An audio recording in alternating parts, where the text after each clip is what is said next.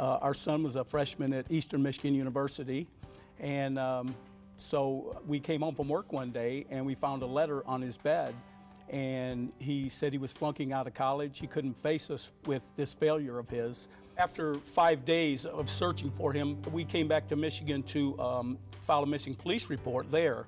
I had even gotten so desperate that I had contacted a psychic, and I didn't even believe in that.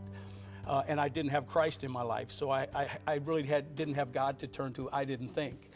And so at that point, right before leaving out of the door to go to the psychic appointment, I felt something that led me to go back to the list of shelters we had been calling, and to call one more time before I left. And that's what I did. I called the next name on the list, and it happened to be the Atlanta Church of God.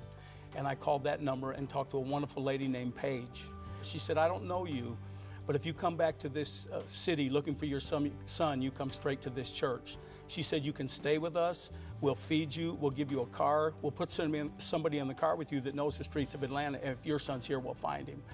And so when I hung up the phone, she had just touched me so deeply, this lady that didn't know me, this Christian woman. And there was a Bible sitting in front of me on the table. And my wife was raised in church, but I wasn't.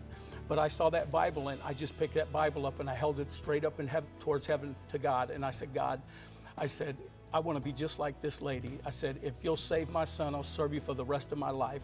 I'll never leave you. I'll always be part of the solution, never part of the problem again. And I set the Bible down on that table, and the phone rang, and my son was home. And he just graduated Lee College with a bachelor's degree in church leadership. And he just took his ordained minister's test, and he passed that with a very high score. And so he has a lot of experience, and he wants to go on and serve God.